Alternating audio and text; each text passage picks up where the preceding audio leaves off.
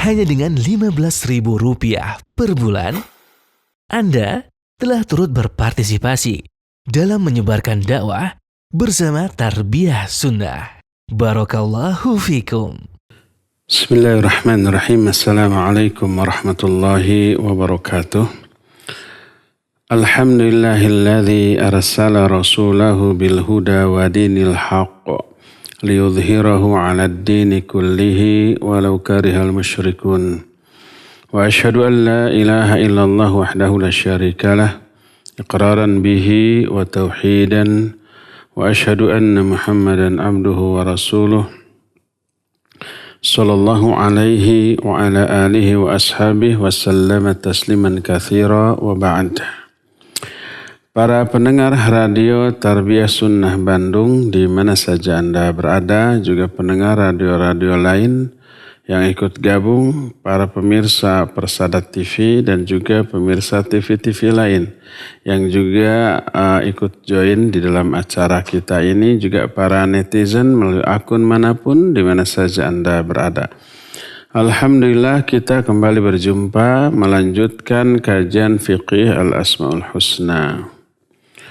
Pada pertemuan terakhir kita di bulan Ramadan, kita sudah membahas masalah syakur dan syakir. Salah satu di antara nama sekaligus sifat bagi Allah Azza wa Jalla.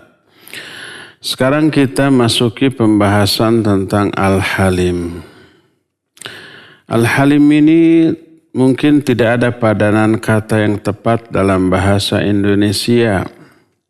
Tapi di dalam lafaz Al-Halim terkandung beberapa makna yang agung. Di dalamnya terkandung kesabaran, tidak emosional. Banyak penuh perhitungan. Tidak tergesa-gesa dalam bertindak, dalam berucap, termasuk dalam hal mensikapi pihak-pihak yang memusuhinya. Ada sabar, ada penuh pertimbangan secara sempurna dengan pertimbangan yang sempurna, tidak tergesa-gesa, tapi juga tidak lelet. Itulah makna dari Al-Halim. Nama Al-Halim disebut berkali-kali dalam Al-Quran di banyak ayat. Di antaranya surah Fatir ayat 41. Allah menyatakan, Innallaha yumsikus samawati wal arda an tazula.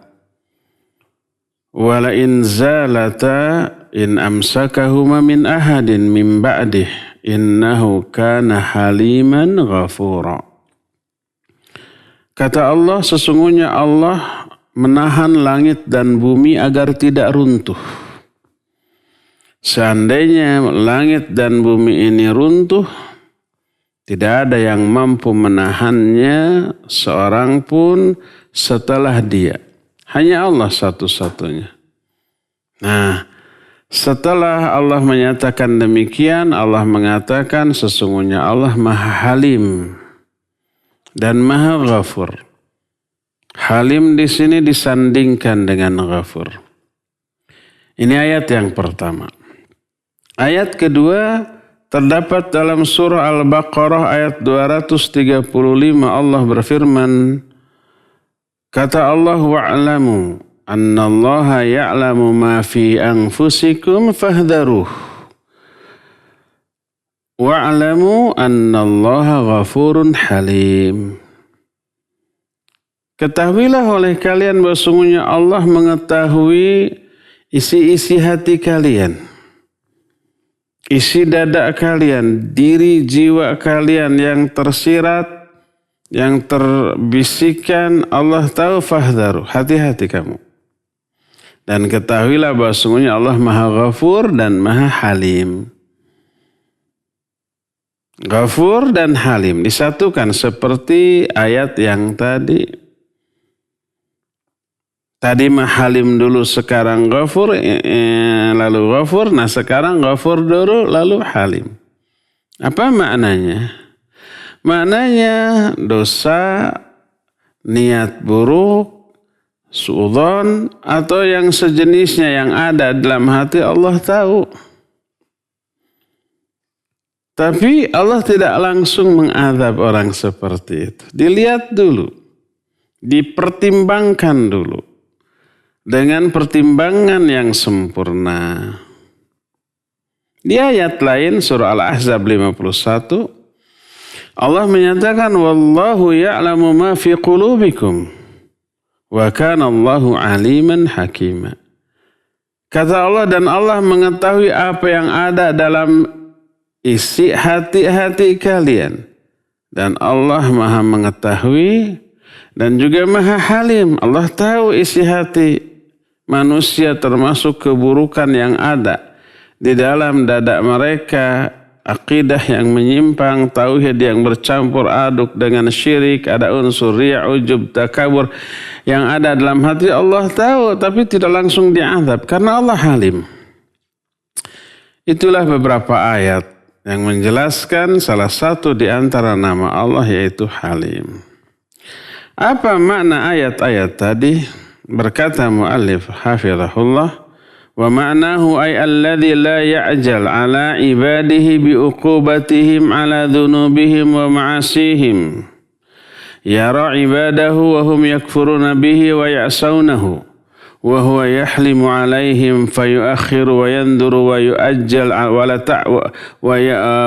yu'jal wa la ta'jal wa yuwalin ni'am alaihim ma'a ma'asihim wa kathrati dhunubihim wa zallatihim fayahlimu an muqabalatil asina bi'isyanihim wa yuhmiluhum kayatubu wa la yu'ajiluhum bil uqubah kayunibu wa yarji'u.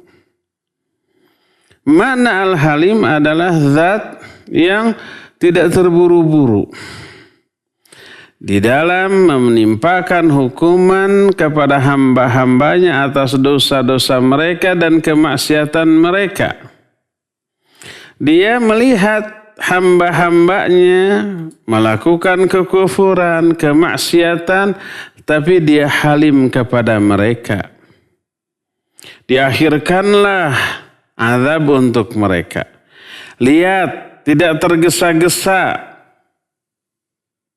Dan sekalipun mereka itu durhaka, dosa, bahkan kufur, bahkan syirik, Allah tetap mencurahkan nikmatnya kepada mereka.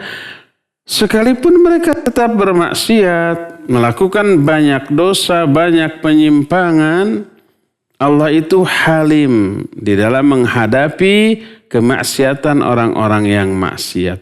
Ditunda bagi mereka azabnya untuk memberi kesempatan untuk bertobat. Tidak bersegera diberikan azab atas dosanya agar mereka bisa kembali terlebih dahulu kepada Allah Azza wa Jalla sebelum azab itu turun. Itu makna halim. Di antara kehaliman Allah Subhanahu wa taala kepada orang-orang kafir, juga orang-orang yang maksiat dalam bentuk ditundanya azab, itu didasarkan pada kekuatannya, pada ilmunya, pada kekuasaannya, bukan karena kelemahan. Beda dengan manusia. Kalau kita dizolimi orang, dijahati orang, apapun bentuknya gitu ya, kita tidak membalas. Salah satunya mungkin karena lemah, mungkin karena tidak mampu, mungkin karena takut. Tapi kalau Allah Azza wa Jalla mengakhirkan, menunda hukuman bagi orang yang durhaka kepadanya, bukan karena lemah, bukan karena takut. Tapi Allah berkuasa, Allah itu maha kuat, Allah maha mengetahui, tapi Allah maha halim. Tidak tergesa-gesa di dalam memberikan hukuman tersebut. Coba perhatikan Al-Quran surah Fatir 44, Allah menyatakan, awalam yasiru fil ardi fayanzuru kaifa kana aqibatul ladzina min qablihim wa kanu ashadda minhum quwwah wa ma kana Allahu liyu'jizahu min syai'in fis samawati wala fil ard innahu kana aliman qadira. Tidakkah mereka mengadakan perjalanan di muka bumi, lalu mereka memperhatikan bagaimana akhir kesudahan orang-orang sebelum mereka, orang-orang durhaka sebelum mereka, padahal orang-orang dulu itu lebih kuat daripada mereka.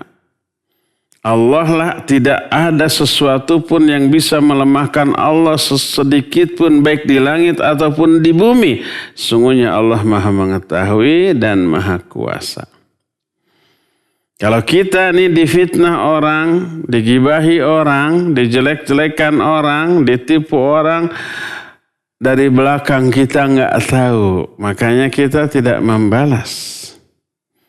Atau kadang-kadang tahu, kita nggak membalas karena takut, karena lemah.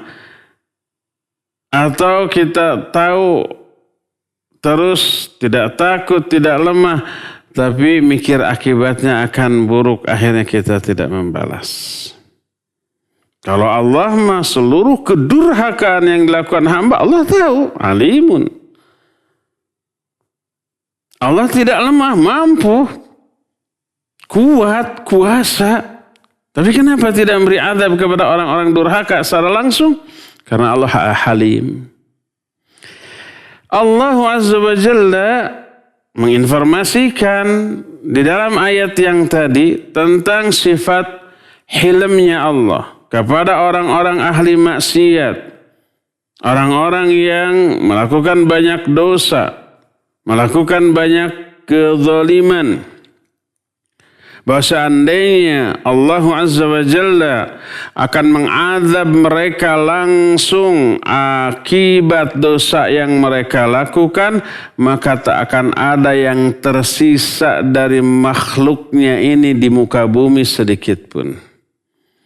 Manusia itu kan sehebat-hebat, sesoleh-solehnya, pastilah melakukan kesalahan, pastilah melakukan penyimpangan, pastilah melakukan dosa ya.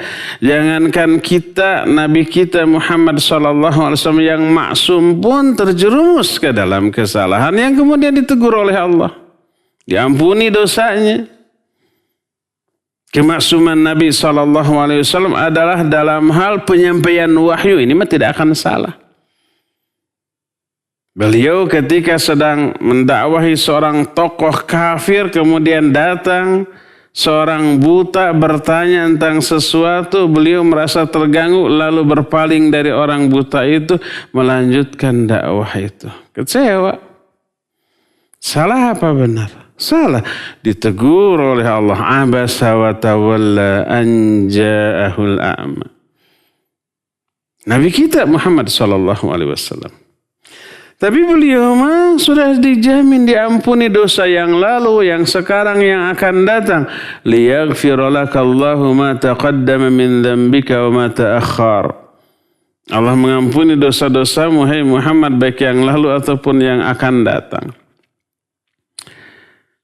Apalagi kita manusia biasa yang banyak dosa, jauh lebih banyak dosanya daripada kebaikannya. Seandainya semua dosa diazab langsung oleh Allah Azza wa Jalla, tak ada satu makhluk pun yang tersisa di muka bumi.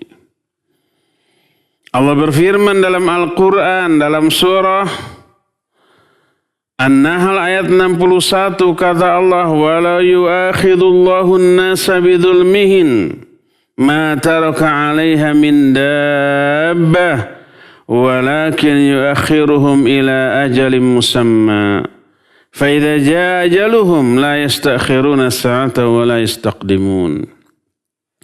Seandainya Allah akan mengadab manusia karena kezaliman mereka, setiap kezaliman langsung dibalas, maka tak akan tersisa satu makhluk pun di atas muka bumi ini. Tapi Allah akhirkan azab bagi mereka sampai pada hari yang telah Allah tentukan. Maka bila tiba ajalnya bagi mereka, maka tidak akan bisa diundurkan walaupun sesaat ataupun dimajukan. Lihat ya, makanya banyak orang durhaka merajalela di muka bumi, tidak langsung diazab. Bukan karena Allah lemah, bukan karena Allah lupa, bukan karena Allah lalai, tapi karena sifat hilmnya Allah Azza wa Jalla. Dalam surah Al-Kahfi ayat 58 Allah menyatakan wa rabbukal ghafuru dzur rahmah law yu'akhidhuhum bima kasabu la'ajjala lahumul 'adzab bal lahum maw'idun la yajidu min dunihi maw'ila. Dan Rabbmu adalah yang Maha Pengampun dan memiliki rahmat yang sangat luas. Seandainya Allah mengadab mereka karena dosa-dosa mereka, niscaya Allah akan segerakan azab. Seandainya Allah menghendaki, Allah akan segerakan azab. Tapi kenapa tidak? Ballahum mau'idun. Bagi mereka ada waktu yang telah Allah tentukan. La yajidu min dunihi mau'ila, yang ketika adab itu mengenai mereka, mereka tidak akan memperoleh pelindung penghalang sedikit pun dari adab tersebut. Itu karena hilmnya Allah Azza wa Jalla.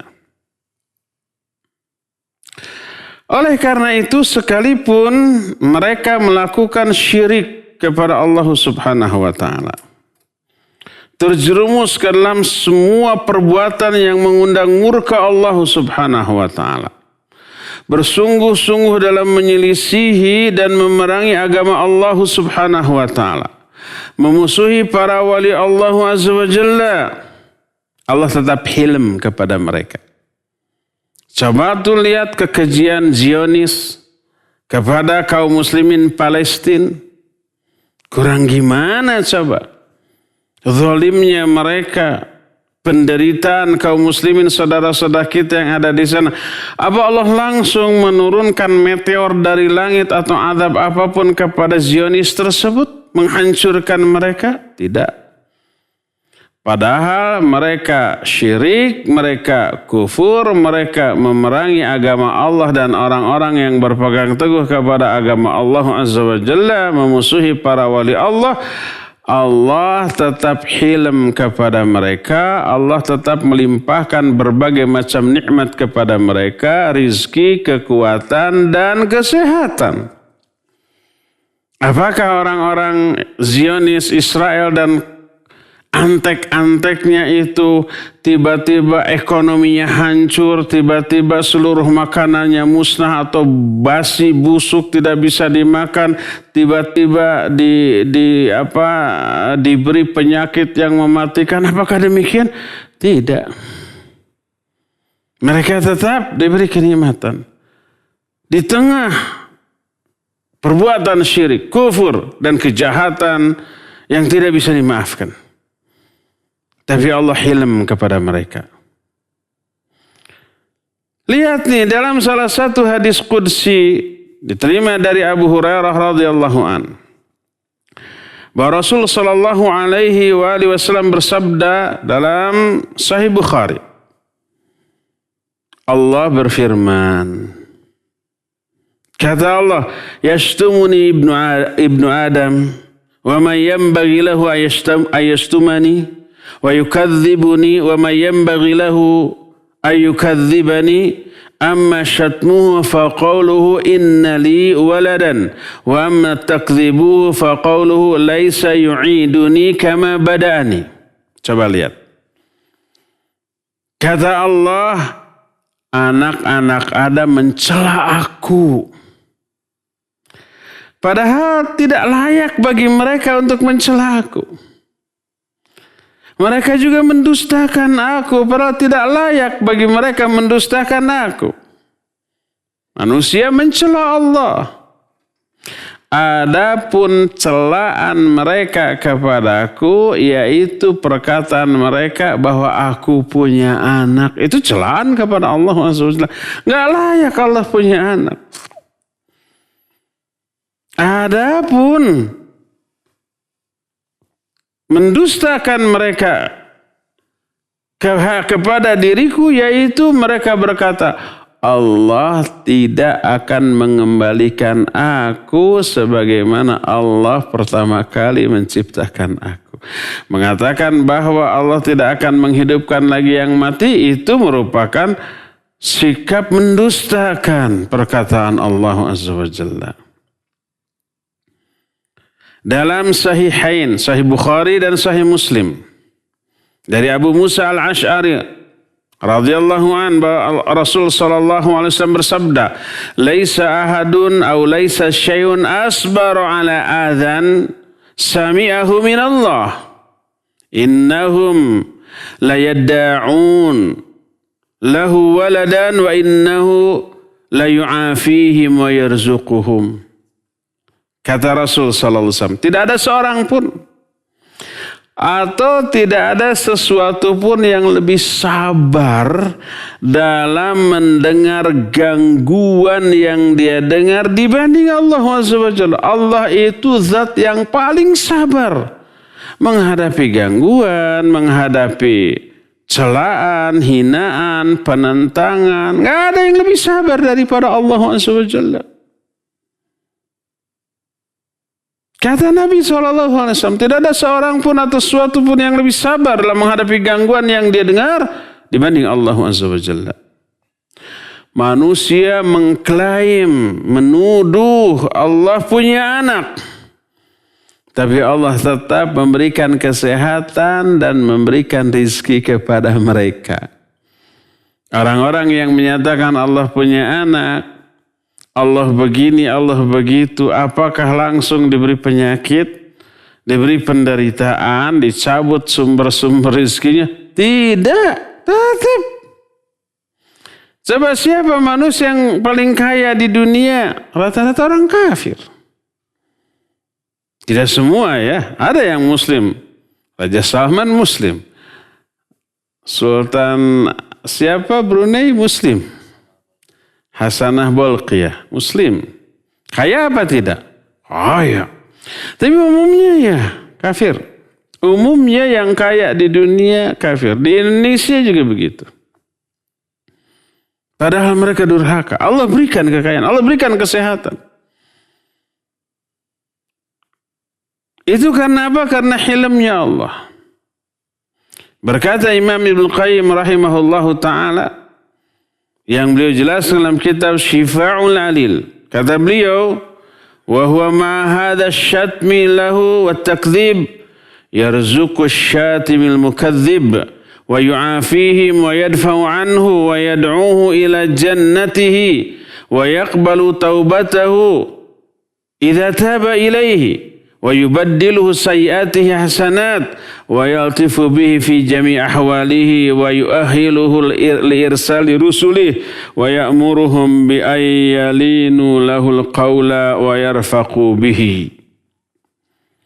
Kata Imam Ibnu Qayyim, sekalipun Allah dicela, didustakan, Allah tetap memberi rizki kepada pencela dan pendusta tadi. Memberi kesehatan kepada mereka, membela mereka, tetap menyeru, mengajak mereka untuk masuk surganya Allah, menerima taubat mereka ketika mereka bertaubat, mengganti semua kesalahan-kesalahannya dengan kebaikan ketika mereka bertaubat. Allah Latif, Allah itu penyayang dalam semua keadaan kepada mereka. Allah tetap mengutus, memberikan uzur dengan mengutus utusan-utusan kepada mereka. Allah memerintahkan juga para rasul tersebut untuk bersikap lunak kepada mereka ketika berbicara dan berlaku lemah lembut.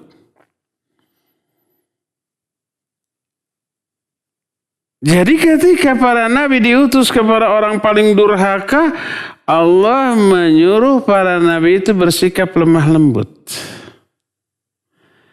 Coba lihat sikap Allah kepada Fir'aun. Padahal Fir'aun itu orang yang paling durhaka pada zamannya. Bahkan mungkin sampai sekarang gak ada tandingnya sampai menyatakan ana Rabbukumul a'la, aku adalah Tuhanmu yang paling tinggi. Harus disembah dia. Membunuhi para laki-laki kaum Bani Israel dan membiarkan para wanitanya hidup, memperbudak, menyiksa, segala macam. Mengadakan banyak kerusakan di muka bumi.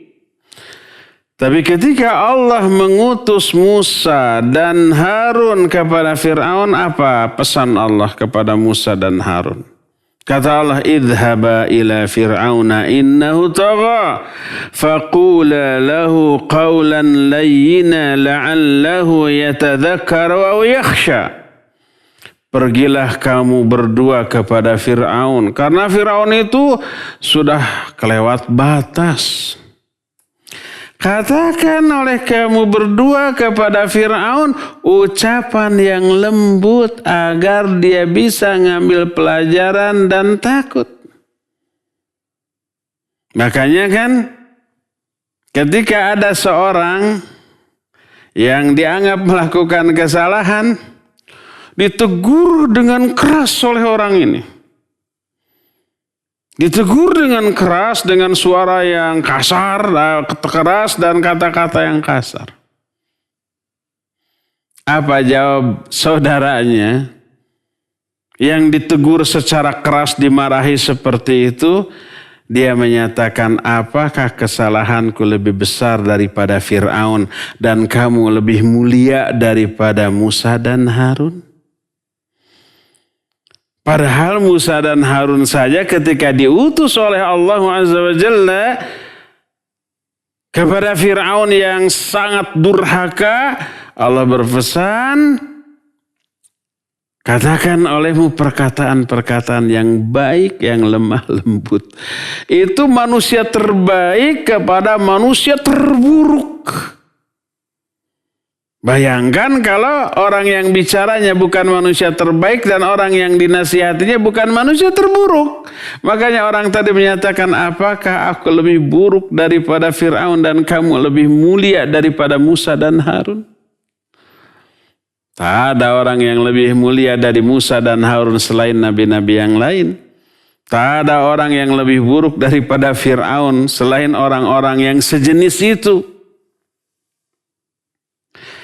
Lihat lagi sikap hilm Allah subhanahu wa ta'ala kepada orang-orang yang mengklaim, mengaku, meyakini Allah punya anak. Allah tidak langsung mengadab, tapi Allah menyuruh dia untuk tobat dan membuka selebar-lebar pintu tobatnya. Lihat Al-Quran surah Al-Ma'idah ayat 73 sampai 74. Laqad kafara alladhina qalu inna allaha thalithu thalatha wa ma min ilahin illa ilahu wahid wa illam yantahu amma yaqulun la yamassanna alladhina kafaru minhum adhabun alim. Afala yatubuna ila Allah wa yastaghfiruna wallahu ghafurur rahim. Sungguh telah kafirlah orang-orang yang berkata bahwa Allah itu salah satu di antara yang tiga. Istilahnya apa? Trinitas. Saya ini berdakwah di hadapan komunitas sesama muslim. Yang lainlah jangan dengar kecuali kalau ingin mengambil istifadah. Ini ayat yang saya sampaikan. Telah kafir orang-orang yang berkata Allah itu Trinitas. Salah satu dari tiga oknum. Kafir kata Allah. Tidak ada sesembahan yang hak kecuali hanya satu sesembahan saja, yaitu Allah. Trinitas ini Allahnya yang disebut sebagai Allah Bapa, anaknya Nabiullah Isa alaihissalam dan Ruhul Kudus. Tiga-tiganya disembah. Kata Allah tidak ada sesembahan yang hak kecuali satu sembahannya, yaitu Allah. Lalu kata Allah, walaupun orang itu mengklaim Allah punya anak, ada tiga sembahan, Allah menyatakan kalau mereka tidak berhenti atas apa yang mereka ucapkan, pastilah Allah akan timpakan kepada orang-orang kafir itu azab yang sangat pedih kalau tidak berhenti. Menunjukkan kalau berhenti dan taubat tidak akan diazab. Allah berikan kesempatan untuk taubat dulu. Tidakkah mereka bertobat kembali kepada Allah dan minta ampunannya? Para Allah Azza wa Jalla Maha Ghafur, Maha Pengampun dan Maha Penyayang. Tidak langsung, waduh kamu menganggap saya punya anak, jeger. Enggak. Tobat dulu lah. Kalau enggak tobat baru nanti diazab gitu ya. Sampai akhir hayatnya puluhan tahun dari usia mereka, azab itu tidak langsung turun dalam masa kehidupan mereka. Lihat lagi hilmnya Allah Subhanahu wa Ta'ala kepada Ashabul Ukhdud. Mereka orang-orang kafir. Di tengah mereka ada komunitas minoritas mukmin. Orang-orang mukmin yang beriman kepada Allah Azza wa Jalla dipaksa murtad dari agama, tapi tidak mau. Akidah mereka kuat. Sampai apa? Mereka menggali parit. Setelah gali parit, dimasukkan kayu-kayu bakar, lalu dibakarlah kayu tersebut. Apinya menyala. Dipanggil semua orang-orang mukmin, lalu dipaksa. Kamu murtad? Atau kamu terjun ke kobaran api tersebut? Bayangkan. Sampai orang-orang lebih memilih loncat daripada murtad. Loncat ke dalam api sampai dikisahkan ada seorang ibu yang mukminah memiliki bayi yang baru saja dilahirkannya sedang disusuinya. Duh, kasayangnya kepada bayi tersebut kayak gimana ya bagi yang pernah memilikinya. Dia ragu, alah ini bayi yang tidak berdosa ya harus dimasukkan ke dalam api. Ragu dia. Ternyata si bayi itu bisa bicara. Isbir ya ummah fa inna lakil jannah. Sabar wahai ibuku, bagimu itu surga. Ini salah satu di antara bayi yang bisa berbicara ketika masih di dalam buayan. Ada beberapa kan Nabi Isa ini, kemudian anaknya Masyitoh yang tukang sisir siapa? Keluarga Fir'aun, termasuk anak yang diperalat untuk memfitnah seorang ulama namanya Jurej. Jurej ahli ibadah gitu kan. Datang perempuan yang gak jelas asal usulnya dalam keadaan bunting hamil. Ini anak Jurej, ini anak Jurej kan gitu ya. Orang-orang ngamuknya bukan ini ahli ibadah ini. Ustadz mesum ini dihancurkan itu tempat ibadahnya. Walaupun Jurej bilang saya gak melakukan itu. Gak percaya. Lebih percaya kepada perempuan pezina pendusta daripada seorang alim ahli ibadah. Itu masyarakat rata-rata begitu kalau sudah terhasut tuh. Hancur sudah tempat ibadah, hancur sudah apalagi nama baiknya sebagai ahli ibadah. Setelah si perempuan tadi melahirkan anaknya, ditanya oleh Jurej anaknya ya, man abuka, siapa bapamu? Ngomong dia. Bapakku itu ternyata tukang penggembala kambing. Baru clear tuh. Ini salah satu bayi yang bisa bicara adalah Ashabul Ukhdud. Ashabul Ukhdud kurang gimana jahatnya, mereka kafir, mereka musyrik, mereka durhaka, dan orang-orang mukmin yang tidak murtad dari keimanannya dimasukkan ke dalam api. Kurang gimana jahat itu. Tapi sejahat itu mereka tetap Allah menunggu tobat mereka, memberikan kesempatan mereka menghapus dosa mereka untuk dimasukkan ke dalam surga asal tobat. Lihat dalam surah Al-Buruj Allah menyatakan ayat yang ke-10, innal ladzina fatanul mu'minina wal mu'minat thumma lam yatubu falahum adzabu jahannam walahum adzabul hariq. Sesungguhnya orang yang memfitnah mukminin dan mukminat, memfitnah di sini mengazab, menyiksa. Karena keimanannya, mereka jahat itu kepada orang yang memiliki keimanan yang benar. Rata-rata hasutan syaitan laknatullahi alaihim kepada manusia menanamkan kebencian kepada orang karena agama orang itu. Ada nggak orang yang nggak suka ke ustadz? Padahal nggak kenal, banyak. Kenal enggak, ya. Bertemu belum pernah, tapi kesalahannya dikorek-korek lewat media sosial, lewat Twitter, lewat Facebook, lewat Instagram, segala macam media sosial. Kalau ada ustadz ngomongnya bisa ditembak lewat tweetannya, lewat segala macam. Walaupun harus memfitnah. Kebencian itu ada tertanam. Hanya karena agama yang ada pada diri mereka. Padahal dari segi akhlak bagus, baik. Tidak pernah umpamanya mengganggu, menyakiti orang kecuali hanya mengungkit kesalahan orang agar diperbaiki gitu. Tanpa menyebut nama orangnya. Berhentilah mabuk, berhentilah judi, berhentilah korupsi, berhentilah mengumbar aurat, berhentilah memfitnah. Hanya gitu. Tukang fitnah tersinggung, tukang gibah tersinggung, tukang mabuk tersinggung. Itu aja. Dari dulu memang orang beriman dibenci karena keimanannya oleh orang-orang kafir. Tapi sekalipun demikian Allah menunggu taubat mereka. Kata Allah, sesungguhnya orang-orang yang menyiksa mukminin dan mukminat kemudian mereka tidak taubat. Nah, bagi mereka azab jahanam dan bagi mereka azab yang akan membakar. Kalau tidak taubat, artinya kalau taubat nggak diazab. Walaupun jahat mereka. Sudah melakukan kejahatan kemanusiaan yang tak termaafkan, tetap oleh Allah dimaafkan.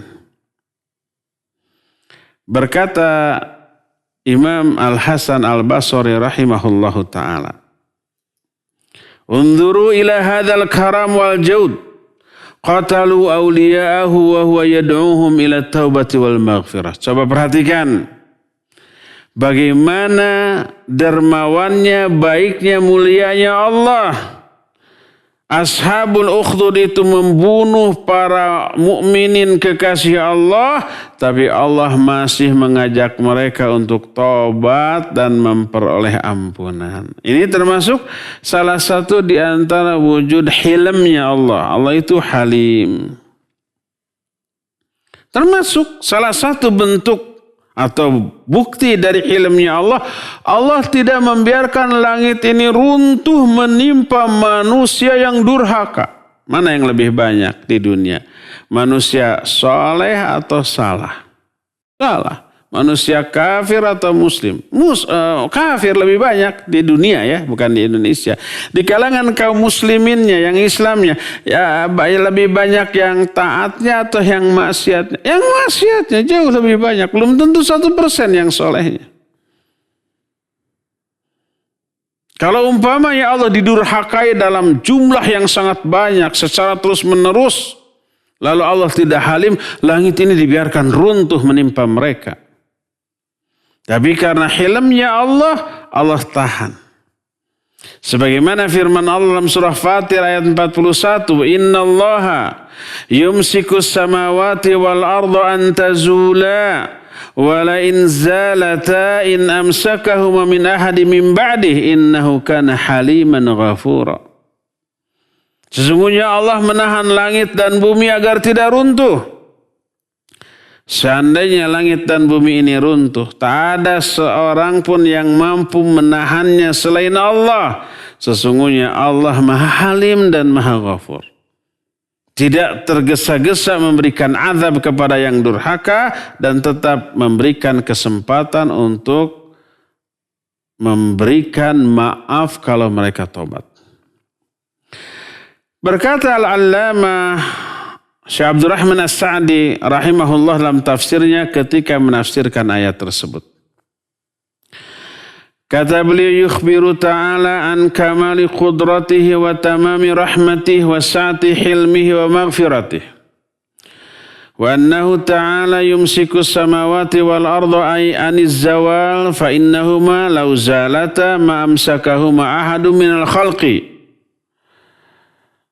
Wala ajaz qudratuhum wa quwwahum anhuma walakinnahu ta'ala qada ay yakuna kama wujida liyahsula lil khalqil qarar wan naf' wal i'tibar wal ya'lamu min 'azimi sultanihi wa quwwati qudratihi ma bihi tamtali'u qulubuhum lahu ijlalan wa ta'dhiman wa mahabbatan wa takriman wal ya'lamu kamala hilmihi wa maghfiratihi bi imhalil mudhnibin وعدم معاجلته للعاصين مع أنه لو أمر السماء لحصبتهم ولو أذن للأرض لابتلعتهم ولكن وسعتهم مغفرته وحلمه وكرمه إنه كان حليما غفورا. Kata Syekh Abdurrahman As-Sa'di dalam ayat tadi, dalam surah Fatir ayat 41, Allah mengabarkan tentang kesempurnaan kekuasaannya, kesempurnaan dari rahmatnya dan luasnya ampun dan sifat hilm Allah. Bahwa Allah Ta'ala menahan langit dan bumi agar tidak runtuh. Seandainya kedua-duanya runtuh, tak ada di kalangan makhluk pun yang mampu menahannya. Karena apa? Karena kelemahan kemampuan makhluk dan kekuatan mereka. Tapi Allah menetapkan seperti yang sekarang terjadi. Langit tetap, bumi tetap. Agar manusia tetap hidup di dalamnya, tetap mengambil manfaat, mengambil pelajaran agar mereka itu mengetahui agungnya kekuasaan Allah, kuatnya kemampuan Allah, dan menyebabkan hati mereka dipenuhi dengan pemuliaan, pengagungan, dan kecintaan kepada Allah. Agar manusia juga mengetahui sempurnanya sifat hilm Allah, ampunan Allah, dengan cara ditundanya azab bagi orang-orang berdosa. Tidak disegerakan azab bagi mereka. Seandainya Allah memerintahkan langit untuk runtuh, dan seandainya Allah mengizinkan bumi untuk menelan mereka, habis semua kehidupan mereka. Bumi menelan semua yang ada di atasnya, termasuk kita karena kedurhakaan kita. Sudah habis kehidupan ini. Akan tapi luasnya ampunan dan hilmnya Allah menyebabkan manusia tetap hidup dalam kedurhakaan. Ini yang dimaksud innahu kana haliman ghafura. Sungguhnya Allah Maha Halim dan Maha Ghafur. Kalau kita perhatikan, Allah Azza wa Jalla seringkali menyandingkan sifat halim dengan sifat lainnya. Seperti sifat alim. Allah berfirman dalam surah Al-Hajj ayat 59, la yudkhilannahum mudkhalan yaradawna wa innallaha la'alimun halim. Pasti Allah akan masukkan mereka dengan cara masuk yang mereka ridhoi. Sungguhnya Allah Maha Alim dan Maha Halim. Ini pertama. Kenapa disandingkan alim dengan halim?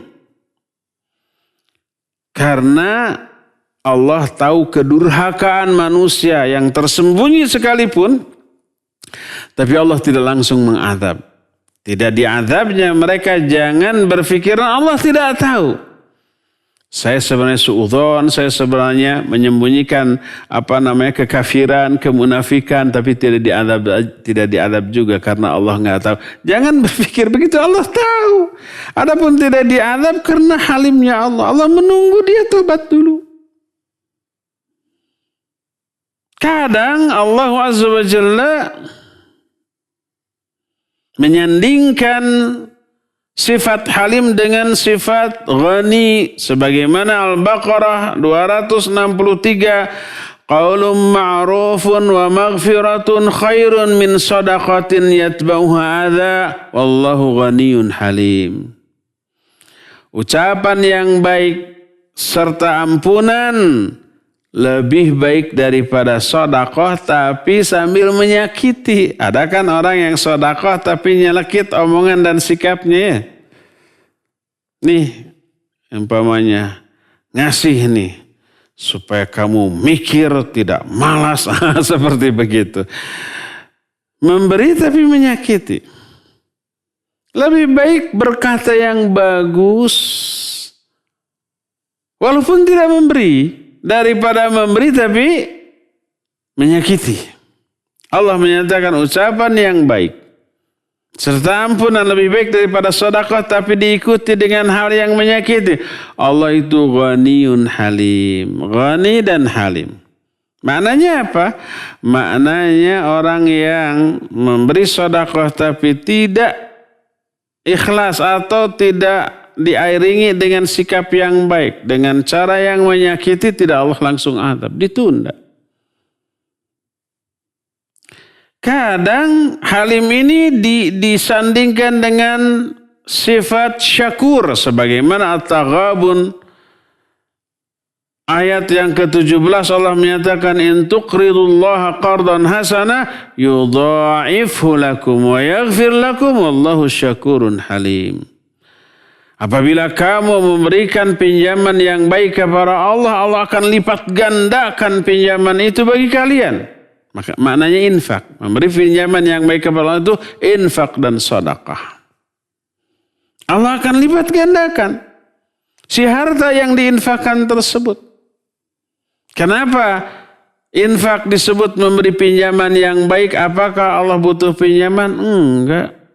Allah Ghaniyun 'anil alamin. Allah itu ghani. Ghani itu tidak butuh terhadap seluruh alamin. Alam ini punya Allah kok. Harta kita juga Allah yang ngasih. Lalu kenapa disebut memberi pinjaman yang baik kepada Allah? Karena dalam hukum Allah setiap pinjaman wajib dikembalikan. Infak dianggap memberikan pinjaman kepada Allah. Artinya pasti Allah mengembalikan harta yang kita infakkan dengan jumlah yang berlipat. Kalau kamu memberikan pinjaman yang baik kepada Allah, Allah lipat gandakan balasannya bagi kamu dan Allah akan mengampuni kamu dan Allah Maha Syakur dan Maha Halim. Syakur itu sudah kita bahas, selalu memberikan balasan berlipat kepada kebaikan orang. Tak ada kebaikan sedikit pun yang sia-sia di mata Allah. Tidak ada, semuanya dibalas dengan balasan yang berlipat ganda. Kadang halim disandingkan dengan ghafur atau maghfirah sebagaimana firman Allah dalam Al-Baqarah 235, wa'lamu annallaha ya'lamu ma fi anfusikum fahdharuhu wa'lamu annallaha ghafurun halim. Ketahuilah bahwa Allah mengetahui isi-isi hati kalian, hati-hati kalian. Dan ketahuilah bahwa sungguhnya Allah Maha Pengampun dan Maha Halim. Di dalam ayat-ayat tadi terkandung dalil bahwa hilmnya Allah Azza wa Jalla itu tidak lepas dari ilmu Allah, ampunan Allah, ghaninya Allah. Jadi kalau Allah Azza wa Jalla melihat hamba yang taat lalu dibalas bukan karena Allah butuh kepada ketaatan hamba, enggak. Jadi semuanya itu menunjukkan sifat halim Allah Azza wa Jalla. Inilah penjelasan kita tentang sifat halim Allah Subhanahu wa Ta'ala. Cukup ya sampai di sini saja. Dan kita masuki sesi tanya jawab. Wassallallahu ala nabiyina Muhammadin wa ala alihi wa ashabihi. Baik, syukron Ustaz atas pemaparan materi yang disampaikan. Dan ikhwati iman azani Allah wa iyyakum, para pendengar dan pemirsa dimanapun antum berada. Bagi antum yang akan bertanya kepada Ustadz di sesi tanya jawab ini, silahkan bisa melalui line telepon di nomor 0228686267. Sekali lagi di nomor 0228686267 atau melalui pesan singkat ke nomor 081122711476. Baik, sudah ada penelpon yang masuk, kita angkat. Ya, silahkan. Assalamualaikum warahmatullahi wabarakatuh. Waalaikumsalam warahmatullahi wabarakatuh. Silakan Pak Mulyono. Ustaz, saya mau tanya. Ya. Karena Allah mempunyai sifat halim atau ghafur dan disampaikan pada Rasulnya harus berbuat gitu untuk umatnya. Bagaimana kiat-kiat kita supaya sabar dan tidak berbuat bergesa-gesa? Sekian, Assalamualaikum warahmatullahi wabarakatuh. Waalaikumsalam warahmatullahi wabarakatuh. Iya. Pak Mulyono di Margahayu, barakallahu fiik. Bagaimana kiat agar sabar dan tidak tergesa-gesa? Agar sabar dan tidak tergesa-gesa, ya harus sabar dan tidak tergesa-gesa. Bagaimana caranya? Iya, pertama, fikirkan setiap yang kita akan lakukan, akan katakan tentang maslahat dan madaratnya. Ada 3 hal yang harus difikirkan sebelum, ketika, dan setelah. Sebelum berbuat dan sebelum berucap, pikirkan dulu tentang beberapa hal. Pertama, niat menyampaikan itu karena Allah atau karena dunia. Banyak orang yang menyampaikan Al-Quran atau Sunnah, tapi niatnya mungkin karena dunia, karena ingin dipuji, karena ingin dapat kedudukan, karena ingin hal yang sifatnya duniawi. Jadi pertama, niat. Karena Allah, karena akhirat, atau karena dunia. Kita wajib menetapkan niat sebelum berbicara dan sebelum berbuat, meniatkan untuk kepentingan akhirat. Kedua, perhatikan maslahat atau madarat kalau ini disampaikan. Tidak semua kebaikan maslahat bila disampaikan. Tidak. Tidak semua perbuatan baik maslahat untuk dilakukan di momen tertentu. Tidak. Seperti umpamanya orang sedang jingkrak-jingkrak sambil mabuk. Kemudian kita masuk. Kemudian kita ambil mikrofon. Lalu assalamualaikum saudara-saudaraku. Bacakan ayat tentang khamar itu haram, jingkrak-jingkrak itu haram. Menyampaikan ayat di momen seperti itu maslahat atau madarat? Madarat. Orang itu tidak sedang siap menerima nasihat seperti itu.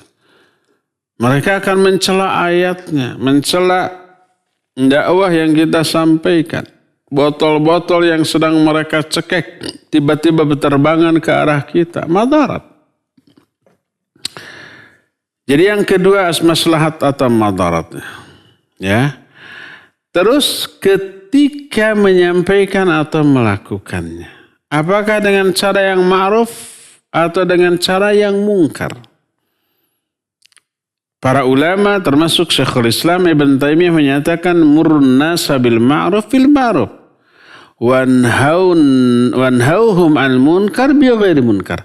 Perintahkan orang lain untuk berbuat ma'ruf dengan cara yang ma'ruf. Dan larang mereka dari kemungkaran dengan cara yang tidak mungkar. Ada orang menyuruh berbuat baik tapi dengan cara yang mungkar. Melarang orang dari kemungkaran dengan cara yang lebih mungkar. Ada yang seperti itu. Caranya baik atau benar. Sesuai dengan tuntunan syariat ataukah tidak. Ya, ini ketika melakukan atau menyampaikan. Ketiganya setelahnya. Lihat. Apakah itu efeknya maslahat atau madarat bagi agama dan bagi umat, ya. Itu namanya halim. Terus bagaimana agar kita bisa sabar? Sabar dalam menghadapi godaan, gangguan, ejekan, hinaan, kezaliman. Ya, sering saya ungkapkan pertama yakini bahwa gangguan, godaan, ejekan, hinaan itu tidak merugikan kita sedikit pun, bahkan menguntungkan kita. Apa untungnya? Dosa kita gugur, pahala kita nambah, Kita berada dalam posisi doa kita dikabul sebab doa orang yang dizalimi itu didengar dan dikabulkan oleh Allah Azza wa Jalla. Kemuliaan kita meningkat lebih tinggi daripada sebelumnya. Yang itu tidak bisa didapatkan kecuali kalau orang menzalimi kita. Untung apa rugi? Untung. Tapi dia kan jahat. Tidak memperoleh hukuman apa-apa kalau kita diam saja. Kata siapa? Langsung dihukum oleh Allah. Gimana dihukumnya? Ditambah dosanya, dicabut pahalanya. Dosanya diambil dari dosa kita, di-offer ke dia. Pahala dia diberikan kepada kita. Orang yang zalim kepada kita itu ibarat gini. Sini dosa kamu saya pikul. Nih pahala saya kasih ke kamu. Ibarat begitu tuh. Siapa yang untung, siapa yang rugi? Yang rugi yang zalim. Yang untung yang dizalimi. Ya. Mengingat semuanya itu insya Allah kita akan sabar dalam menghadapi segala kejadian yang tidak mengenakan. Wallahu a'lam. Silakan. Baik, syukur Ustaz atas jawabannya. Kita beralih ke pertanyaan selanjutnya dari Yana di Sindangkerta. Barakallahu fiik Ustaz. Kalau sedang sakit, apakah boleh wudu menggunakan air hangat? Karena badan kedinginan kalau kena air dingin. Atau cukup tayamum saja, lalu debunya itu harus debu yang nampak? Soalnya di sini banyaknya tanah merah. Saya bingung debu yang bagaimana. Jazakumullahu khairan. Silakan Ustaz. Barakallahu fiik Yana di Sindangkerta, Cililin. Boleh enggak berwudu mandi dengan menggunakan air hangat? Boleh. Bahkan dianjurkan ketika sakit atau ketika cuaca ini dingin. La dharara wa la dhirara. Tidak boleh melakukan sesuatu yang memadaratkan diri sendiri atau memadaratkan orang lain. Nah, kalau umpama kita sakit atau cuaca yang sangat dingin. Di kita umpama musim hujan, kemudian subuh kita wudu, wah dingin banget, kita sehat. Tapi kalau berwudu dengan air dingin seperti di Lembang, di puncak itu, kita bisa sakit. Maka ya lebih utama dengan air hangat, tidak ada larangan mandi ataupun berwudu dengan air hangat. Dipersilakan, ya, lebih utama. Untuk menghindarkan madarat yang muncul walaupun sehat, apalagi sakit. Apalagi umpamanya di negeri-negeri yang mengalami musim dingin. Tidak bisa kita mandi berwudu dengan air dingin biasa, nggak bisa. Itu sama dengan membanjur badan dengan air es. Baal itu. Benar-benar baal, ya. Bisa mati rasa. Makanya pas musim dingin di sana termasuk di negara-negara Timur Tengah atau di negara-negara Eropa, ketika musim dingin itu ya semua air hangat. Gak bisa enggak. Kalau enggak hangat ya bisa sakit kita. Tidak ada larangan wudu mandi dengan air hangat. Yang dipermasalahkan, diperselisihkan oleh para ulama adalah berwudu dengan menggunakan air yang terkena langsung sinar matahari. Itu yang diperbincangkan. Sebagian menyatakan makruh, sebagian menyatakan boleh tidak makruh. Dan wudunya walaupun yang memakruhkan tetap sah. Itu hanya yang dipolemikan masalah itu. Adapun kalau air itu hangat karena terkena sinar matahari secara tidak langsung. Seperti di toren-toren kan pasti disimpannya di atas. Lalu kepanasan oleh matahari. Tapi tidak langsung. Nggak masalah. Atau di negara-negara Timur Tengah di musim panas. Atau di negara Eropa musim panas. Itu kita nggak bisa langsung mandi berwudu dari keran. Keran itu ngebul loh. Karena panas. Panasnya karena apa? Karena cuaca. Karena sinar matahari itu bersinar sangat terik. Sampai tanahnya pun panas. Kita nggak bisa berjalan tanpa sendal di sana. Ya, bisa jejeretean kita. Otomatis pipa-pipa yang ada di dalamnya juga kepanasan. Airnya panas. Begitu dibuka keran ngebul gitu. Nggak bisa langsung wudu. Ngajarete kita. Harus ditampung dulu di bak, di air atau masukkan umpamanya es batu. Agar hangat gitu, agar dingin baru bisa dipakai. Jadi tidak ada masalah bagi kita untuk menggunakan air hangat untuk berwudu ataupun untuk mandi. Ya, wallahu a'lam. Silakan. Baik, syukran Ustaz atas jawabannya, dan ikhwati man azani Allah wa iyyakum, kami mengundang kembali kepada antum semua yang akan bertanya kepada Ustaz.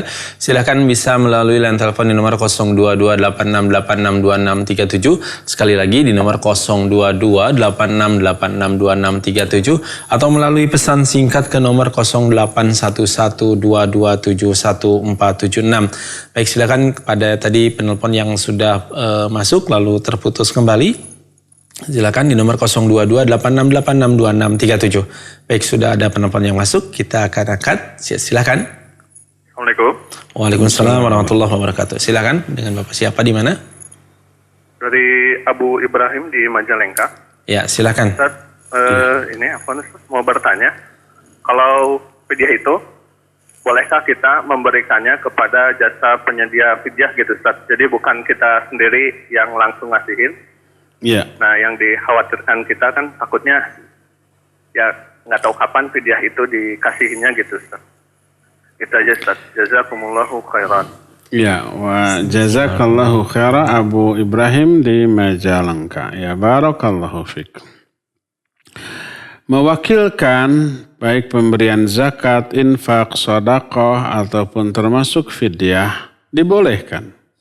Dan ini termasuk di antara bentuk ta'awun alal birri wa taqwa.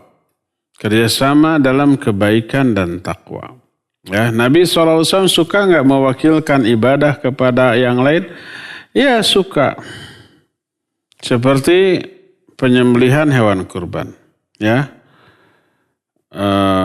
Beliau mewakilkan kepada Ali bin Abi Thalib radhiyallahu anhu. Baik menyembelihnya termasuk juga membagikannya, mengaturnya.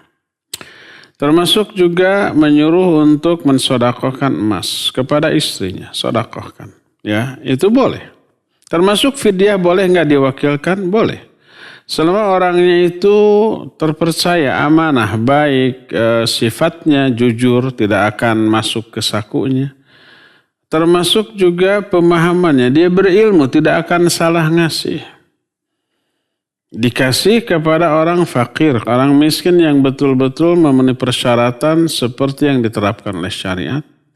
Termasuk waktunya, dia akan memilih waktu terafdal, umpamanya waktu Ramadan, karena fidyah itu pasti berkaitan dengan sama Ramadan. Ya, dia akan salurkan pada waktu yang sangat utama itu bulan Ramadan. Tidak ditunda di bulan Syawalnya, tidak.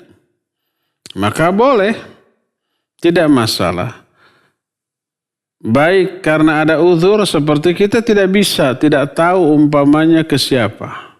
Seperti kaum muslimin Indonesia yang hidup di luar negeri, di negeri-negeri kafir, di Eropa umpamanya. Dia istrinya tidak bisa saum atau orang tuanya lalu bayar fidyah. Dan tidak ada fakir miskin yang muslim di sana, ya boleh dititipkan ke orang Indonesia. Uangnya untuk diberikan beras atau makanan. Amanah dia. Ya, maka boleh. Tidak masalah. Dan tetap sah, tetap pahalanya sampai dan tetap dianggap sebagai pengganti sah dari saum yang tidak bisa dia lakukan. Wallahu a'lam. Silakan. Baik, syukran Ustaz atas jawabannya. Kita kembali ke pertanyaan melalui pesan singkat dari hamba Allah di Bandung Timur. Uzur apa yang bisa disampaikan untuk menolak lamaran seseorang yang ibadahnya bagus tapi akidahnya membahayakan? Syukron, jazakumullahu khairan. Ustaz. Silakan. Ya, afwan wa jazakallahu khairan. Itu tadi uzurnya. Akidahnya membahayakan. Kalau akidahnya membahayakan jangan dibilang agamanya bagus. Karena inti dari agama ini adalah akidahnya.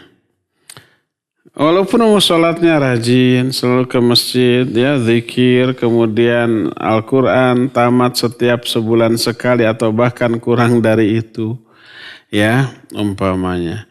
Tapi akidahnya menyimpang, suka ke dukun, suka minta-minta ke kuburan, minta-minta ke orang yang sudah mati. Jangan dikatakan agamanya bagus, agamanya buruk, jelek. Sebab inti dari agama itu adalah tauhid, la ilaha illallah. Jadi itu menjadi uzur untuk menolaknya. Agamanya nggak bagus. Agama itu jangan dilihat pengamalan semata-mata. Yang terutama akidah. Akidahnya menyimpang, ya. Jangan juga berpikiran nanti aja kalau sudah jadi suami, jadi istri akan saya apakan? Akan saya perbaiki. Oh, gombal itu. Ingat, ada seorang alim, ahli hadis. Dia ini tukang mengajar orang. Menguasai akidah, menguasai hadis, tafsir, dan mengajar orang. Punya saudari masih sepupu wanita yang terkena syubhat khawarij. Dia kasihan, sayang, kemudian dilamar. Untuk apa? Untuk diluruskan akidahnya. Ini ulama loh. Apa yang terjadi? Yang terjadi dinikah, setelah dinikah dia berusaha mendakwahi istrinya untuk menjadi ahlus sunnah. Apa yang terjadi? Terbalik. Dia menjadi seorang khawarij tulen melebihi kekerasan istrinya. Terpengaruh dia oleh istrinya. Padahal dia ulama. Ilmunya jauh lebih tinggi dibanding wanita yang menjadi istrinya itu. Tapi terpengaruh. Jangan abaikan syubhat penyimpangan akidah ini, ya.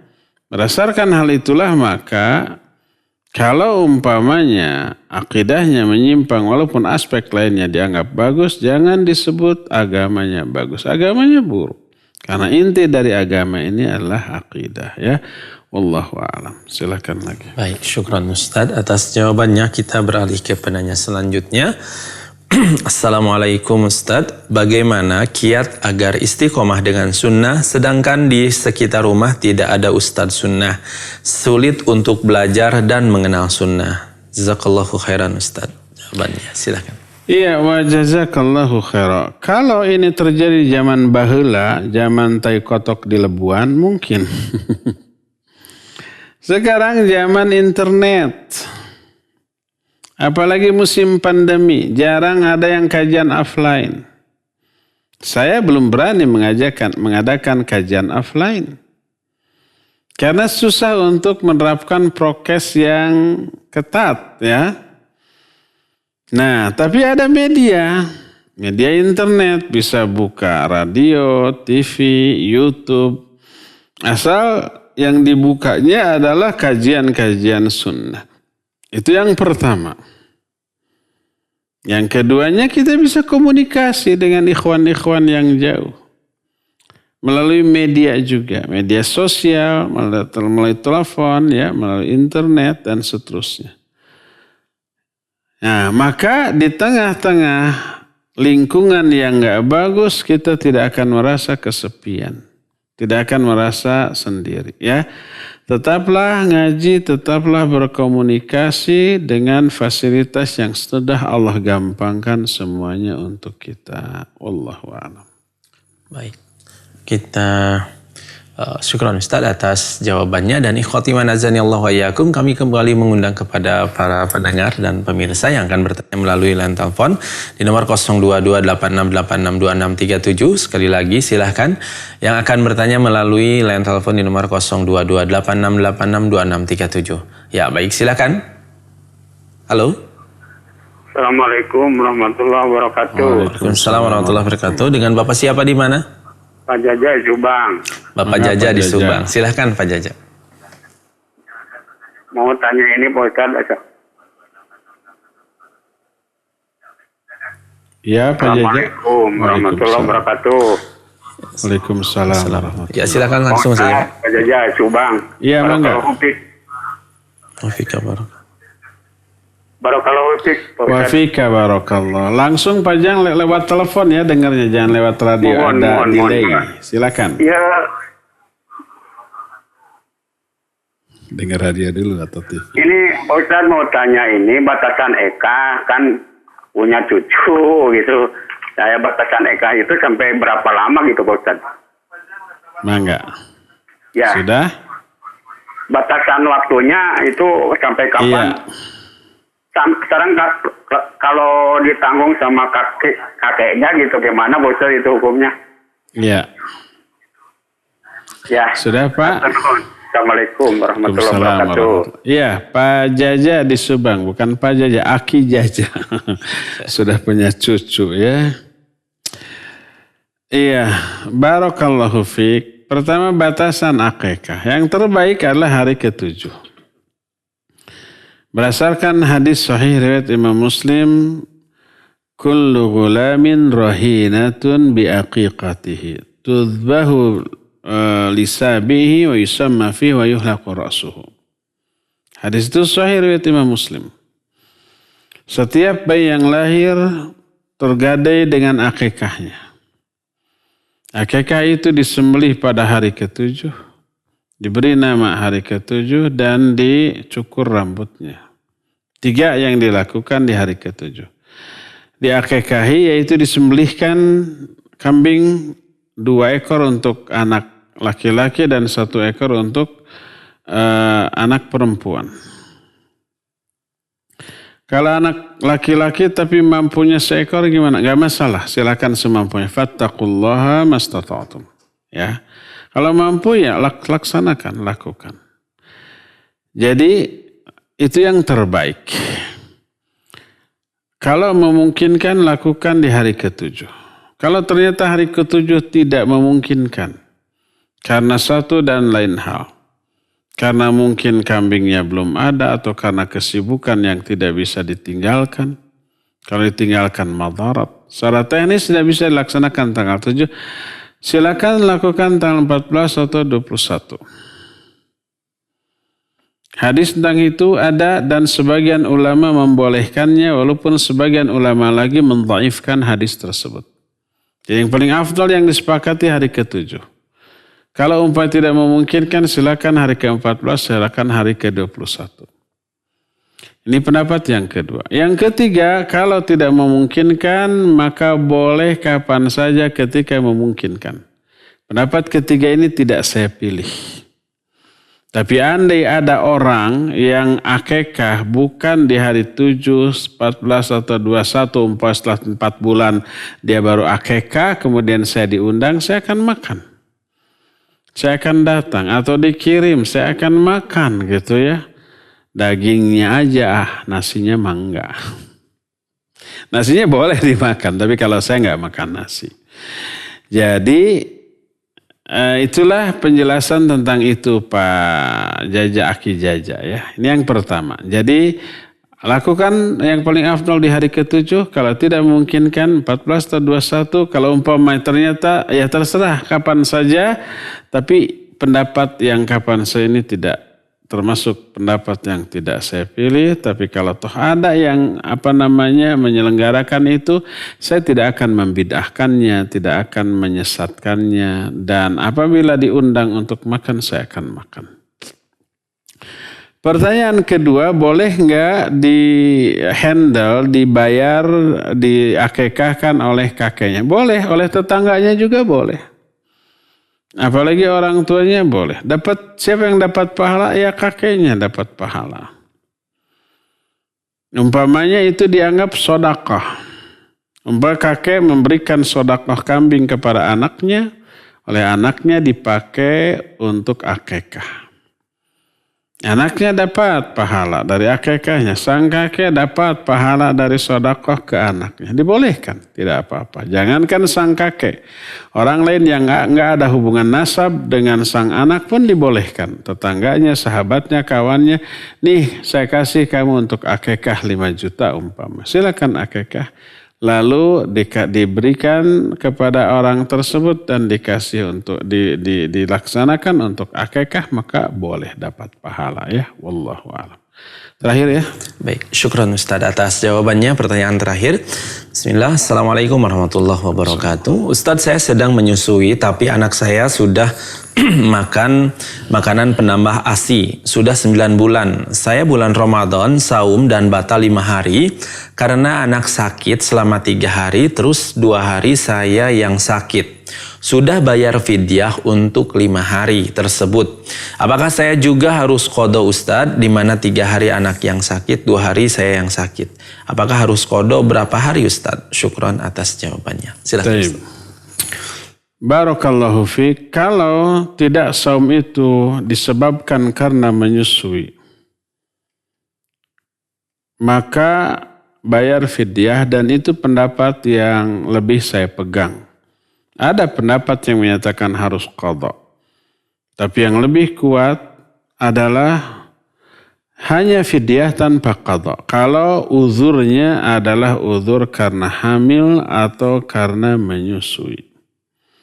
Adapun kalau umpamanya walaupun menyusui karena ada makanan tambahan selain ASI, terus si ibunya juga gembul gitu ya ketika setelah bukanya, jadi cuma memindahkan jadwal makan saja ya. Jadi ketika buka ya kolak 2 piring, setelah habis sholat umpamanya nasi 2 piring. Setelah taraweh itu langsung, apalagi bakso biasanya begitu.